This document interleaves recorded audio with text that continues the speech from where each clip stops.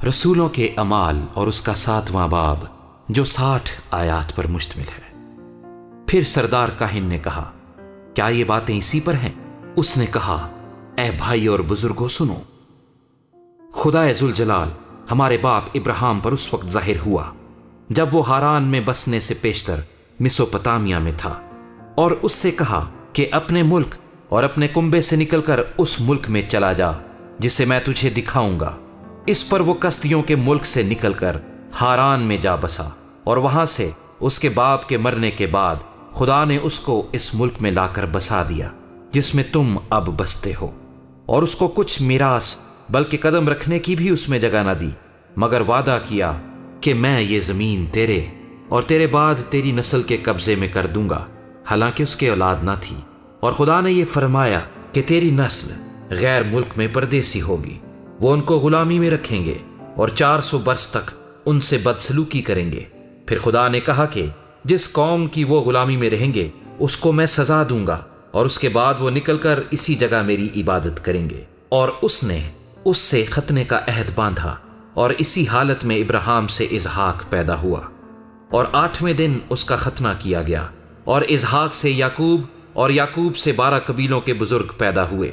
اور بزرگوں نے حسد میں آ کر یوسف کو بیچا کہ مصر میں پہنچ جائے، مگر خدا اس کے ساتھ تھا، اور اس کی سب مصیبتوں سے اس نے اس کو چھڑایا، اور مصر کے بادشاہ فرعون کے نزدیک اس کو مقبولیت اور حکمت بخشی، اور اس نے اسے مصر اور اپنے سارے گھر کا سردار کر دیا۔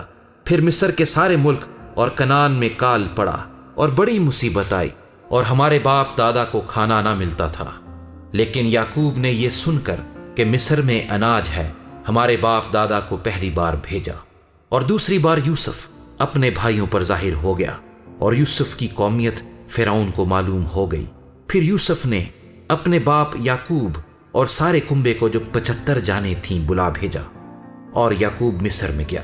وہاں وہ اور ہمارے باپ دادا مر گئے، اور وہ شہر سکم میں پہنچائے گئے، اور اس مقبرے میں دفن کیے گئے جس کو ابراہیم نے سکم میں روپیہ دے کر بنی حمور سے مول لیا تھا۔ لیکن جب اس وعدے کی میعاد پوری ہونے کو تھی جو خدا نے ابراہیم سے فرمایا تھا، تو مصر میں وہ امت بڑھ گئی، اور ان کا شمار زیادہ ہوتا گیا، اس وقت تک کہ دوسرا بادشاہ مصر پر حکمران ہوا جو یوسف کو نہ جانتا تھا۔ اس نے ہماری قوم سے چالاکی کر کے ہمارے باپ دادا کے ساتھ یہاں تک بدسلوکی کی کہ انہیں اپنے بچے پھینکنے پڑے تاکہ زندہ رہیں۔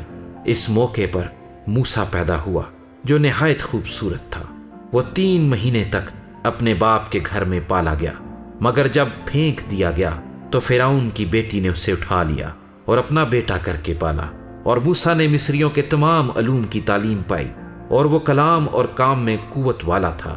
اور جب وہ قریباً 40 برس کا ہوا تو اس کے جی میں آیا کہ میں اپنے بھائیوں بنی اسرائیل کا حال دیکھوں، چنانچہ ان میں سے ایک کو ظلم اٹھاتے دیکھ کر اس کی حمایت کی، اور مصری کو مار کر مظلوم کا بدلہ لیا۔ اس نے تو خیال کیا کہ میرے بھائی سمجھ لیں گے کہ خدا میرے ہاتھوں انہیں چھٹکارا دے گا، مگر وہ نہ سمجھے۔ پھر دوسرے دن وہ ان میں سے 2 لڑتے ہوئوں کے پاس آ نکلا، اور یہ کہہ کر انہیں صلح کرنے کی ترغیب دی کہ اے جوانو، تم تو بھائی بھائی ہو، کیوں ایک دوسرے پر ظلم کرتے ہو؟ لیکن جو اپنے پڑوسی پر ظلم کر رہا تھا اس نے یہ کہہ کر اسے ہٹا دیا کہ تجھے کس نے ہم پر حاکم اور قاضی مقرر کیا؟ کیا تو مجھے بھی قتل کرنا چاہتا ہے جس طرح کل اس مصری کو قتل کیا تھا؟ موسیٰ یہ بات سن کر بھاگ گیا اور مدیان کے ملک میں پردیسی رہا کیا، اور وہاں اس کے 2 بیٹے پیدا ہوئے۔ اور جب پورے 40 برس کے ہو گئے تو کوہ سینا کے بیابان میں جلتی ہوئی جھاڑی کے شعلے میں اس کو ایک فرشتہ دکھائی دیا۔ جب موسیٰ نے اس پر نظر کی تو اس نظارے سے تعجب کیا، اور جب دیکھنے کو نزدیک گیا تو خداوند کی آواز آئی کہ میں تیرے باپ دادا کا خدا یعنی ابراہیم اور اسحاق اور یعقوب کا خدا ہوں۔ تب تو موسیٰ کانپ گیا اور اس کو دیکھنے کی جرت نہ رہی۔ خداوند نے اس سے کہا کہ اپنے پاؤں سے جوتی اتار لے، کیونکہ جس جگہ تو کھڑا ہے وہ پاک زمین ہے۔ میں نے واقعی اپنی اس امت کی مصیبت دیکھی جو مصر میں ہے، اور ان کا آہو نالہ سنا، پس انہیں چھڑانے اترا ہوں۔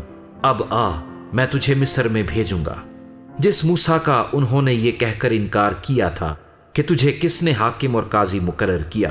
اسی کو خدا نے حاکم اور چھڑانے والا ٹھہرا کر اس فرشتے کے ذریعے سے بھیجا جو اسے جھاڑی میں نظر آیا تھا۔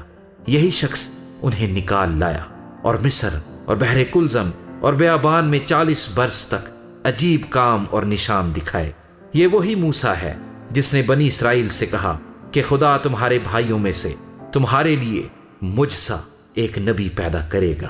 یہ وہی ہے جو بیابان کی کلیسیا میں اس فرشتے کے ساتھ جو کوہ سینا پر اس سے ہم کلام ہوا اور ہمارے باپ دادا کے ساتھ تھا، اسی کو زندہ کلام ملا کہ ہم تک پہنچا دے۔ مگر ہمارے باپ دادا نے اس کے فرمانبردار ہونا نہ چاہا، بلکہ اس کو ہٹا دیا، اور ان کے دل مصر کی طرف مائل ہوئے، اور انہوں نے ہارون سے کہا کہ ہمارے لیے ایسے معبود بنا جو ہمارے آگے آگے چلیں، کیونکہ یہ موسیٰ جو ہمیں ملک مصر سے نکال لایا، ہم نہیں جانتے کہ وہ کیا ہوا۔ اور ان دنوں میں انہوں نے ایک بچڑا بنایا اور اس بت کو قربانی چڑھائی اور اپنے ہاتھوں کے کاموں کی خوشی منائی۔ پس خدا نے منہ موڑ کر انہیں جواب دیا کہ آسمانی فوج کو پوجیں۔